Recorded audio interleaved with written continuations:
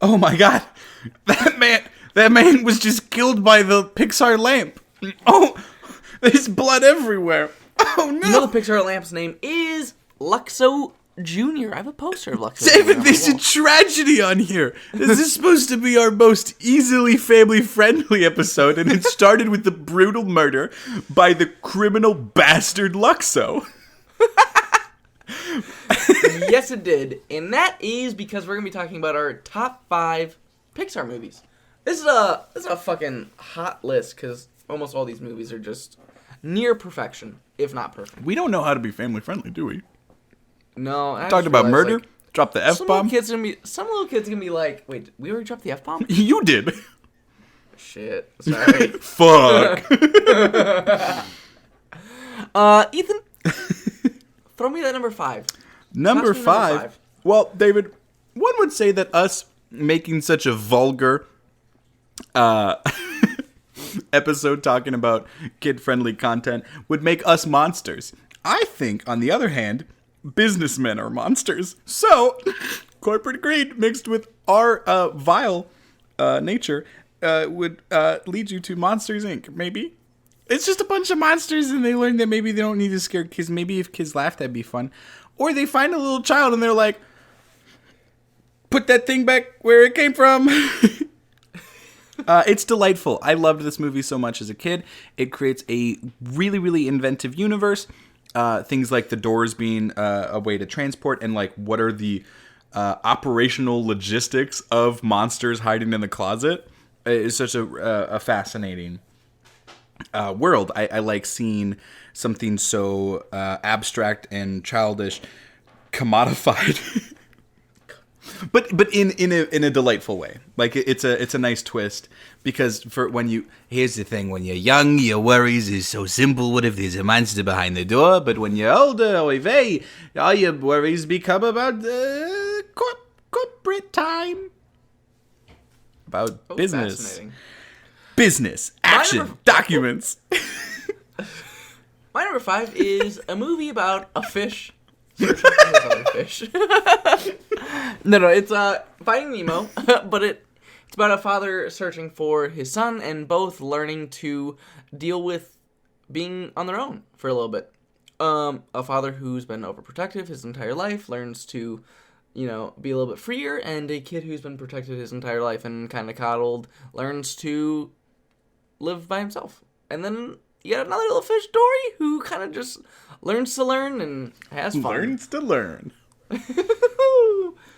What the fuck's up with this goddamn Tigger laugh? Yeah, that's weird. David, I wish you were dead. I wish that Nemo had died.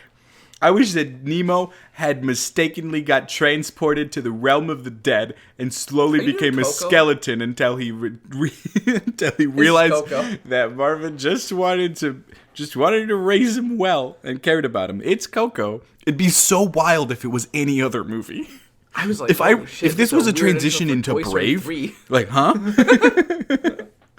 This is my Bug Story transition. Dude. Bug's Life. Bug's Life.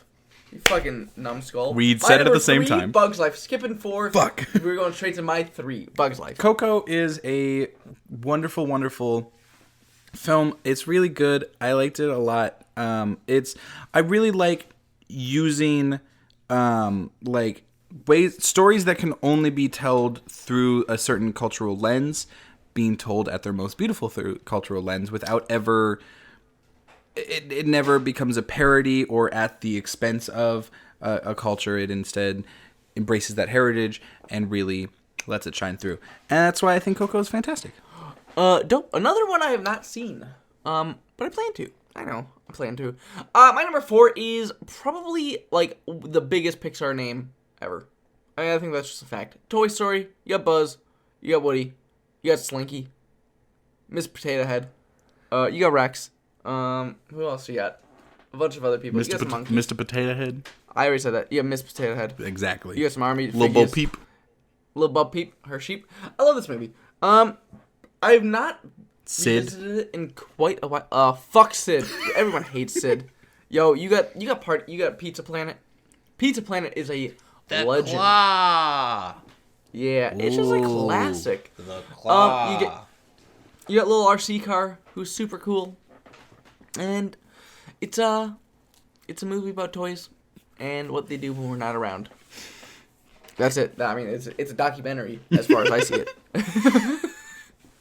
If it was a documentary, if after all this time they're like, guys, that was really what dogs look like, I'd be like, wow, that's incredible. Zzz. My next movie number 3 is Brad Bird's The Incredibles. Holy shit. Wasn't that slick? This is a wonderful take on superhero movies, mixing with a little bit of Art Deco, mixing with a little bit of lime in the coconut, and you shake it all about. And that's do the hokey pokey, and that's what it's all about. What? And that's, this is my favorite fashion movie. Edna is my queen. Are we talking about? I don't know. The Incredibles, Pixar movie. The Incredibles is wonderful. It has perhaps the best villain monologue in any movie. Honestly, at least in the top 10 villain monologues of all time. The fact that he 100%. Literally says, "You sly dog, you had me monologuing." Oh, it's amazing. It's perfect. It's a perfect movie. Mm-hmm. I'm so happy. It's fantastic. Ethan, it's fantastic. What's Fantastic Mr. Fox? Wait a minute. Fantastic Mr. Fox is not a Pixar movie. It's not Pixar? Are you sure? Yep. Shit. My number 3 is WALL-E. WALL-E is a beautiful dystopian future about planet Earth after it's been run amok and humans have left the planet. But you got a cute little trash robot. I got really close to the mic there. Little cute trash robot. WALL-E cleaning up, and he makes a friend. Little cockroach bro. He takes care of a plant. It's also just beautifully shot. Like, I think this is up there for among all animated movies and non-animated movies for cinematically one of the most beautiful. Like, the space shots in this are just gorgeous. I saw this in theaters in the front row, and I was so blown away. I was also quite young. And Eve is a cool little robot. The ending isn't my favorite, but I still also dig it. Can you dig it? What's that from? When the moon hits your eye like a rat who made the pie, that's a ratatouille. Fucking Ratatouille. Ratatouille is my number 2. My number Ratatouille. Nope. Fuck this that. Is about. Redo that. This is about how France has really slacked on health and safety in the kitchen, and I think it's important for a documentary to shine the light on France's just blatant disregard for sanitation when it comes to the chef's kitchen. More like Hell's Kitchen, am I right? Gordon Ramsay, come in here, finish the review. Oh, man, why did I set myself up for that? Okay, this rat's pretty cool. He's... David! He cooks the ratatouille! That was perhaps the worst impression I've ever done. Train wreck. Holy shit. So I really like Ratatouille because it's really... I don't think you do after that. Hold on. No, it's really, really good. I like having food tie in so much to... It's another thing where Coco was all about the culture. It's having the culture of cuisine plays so heavily into how someone can express themselves and how the emotions that are tied to food and told in a really, really enjoyable and Telled. We all heard that. Telled. When just fucking with you. It's your eye. Like a rat makes a pie. I love that Ratatouille is your number 2 because that's such a weird pull. Even though it's a great movie, it's just a weird pull. Weird pull, what he did on the hair to make the chef do a cook. Because he was in the hat. I know. He was roboticizing the dude through a fucking... Yeah, and that's the thing is he actually didn't even need a second person for the link. That's a Pacific Rim joke, but I forgot the technical term they used. Drift. Thank you, Tuli. That's the thing is he actually didn't even need another he didn't need his fat rat friend to be drift compatible to control the French Jagger. Fat rat. Ethan, that really hurt my emotions. Sadness is really sparking up there. My number 2 is Inside Out, the movie all about emotions inside of a young girl's brain. Derivative. As she what? Huh? It's just not that good of a animated feature that came out that year. No, it's actually fucking fantastic. It's probably the best. Also, keep your fucking cooking mouse to yourself, I'm just saying, like, bitch. Something like, I don't know, like Shaun the Sheep is a little bit better, in my opinion. I don't think so, Shaun the Sheep. You know what, David? I'm going to challenge you right here, right now. I want to go to war with you on this later on. I'm planting the seed. David, come closer. I'm really close to this mic right now. Don't let the audience know, but we had already planned and discussed to do an episode about Inside Out and Shaun the Sheep, but I'm kind of like pretending like we're just deciding that now. So if you could like support me on that bit. I'm not pretending. We're doing the fucking thing. Also, no, I meant like that. This was the moment. Like this was when it happened that the rivalry started. Even though like this has been going on for like centuries at this point. This has been going on since like episode 3. This is our Hatfields and McCoys. Sheep isn't even better than Wallace and Gromit. Any of the movies. Any of them. I will see you on the battlefield, and you shall perish. Hey, David, you know what emotion you're gonna have after that episode? Grief. Yeah, that sounds about right. But Inside Out is phenomenal. I'm gonna rip you inside out. It deals with real things, not just cooking mice. No, hold on. Mice? They did not cook mice. I'd like to set the record straight. As a fan of Ratatouille, the mice aren't the ones getting cooked. They are the ones doing it cook. That's a very different movie. But a similar France. It deals with serious topics like depression at a young age. It also gives kids an outlet to express their inner emotions and feelings and what's going on. It also gives a great landscape to the mind with the key memories and everything. I love it. It's fantastic. Shit gets dark in the movie too. Like fucking Requiem for a Dream dark. But not quite dystopian dark. My number 1 no, it gets way darker. Is a post-apocalyptic landscape with a small little boy on a mission to just maybe clean it up and tidy up a little bit. That's right. It's Tidying Up with Wall-E, the hit new Netflix original series where Wall-E does a little bit of cleanup.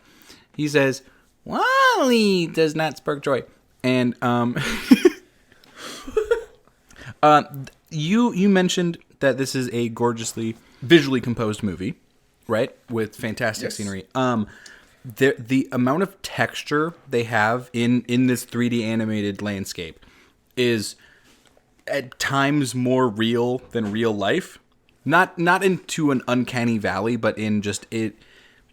Everything is tactile. Every piece of rubber or broken can or a little cockroach or a little flower has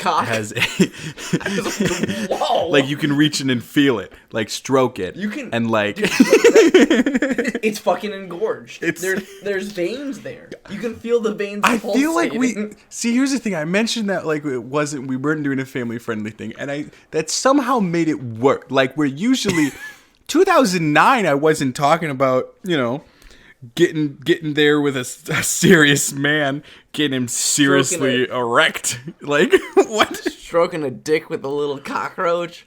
Little robot bro, just like fucking wax on, wax off. What the fuck, David? What are we doing? This is how society crumbles. Right now is the prequel to Wall-E. And I'm getting that icy straight into my mouth, baby. Yeah, boy. And I also just get a hover chair in the future. So where you probably get the icy from is Frozone. From Incredibles. My number 1 is Brad Bird's The Incredibles.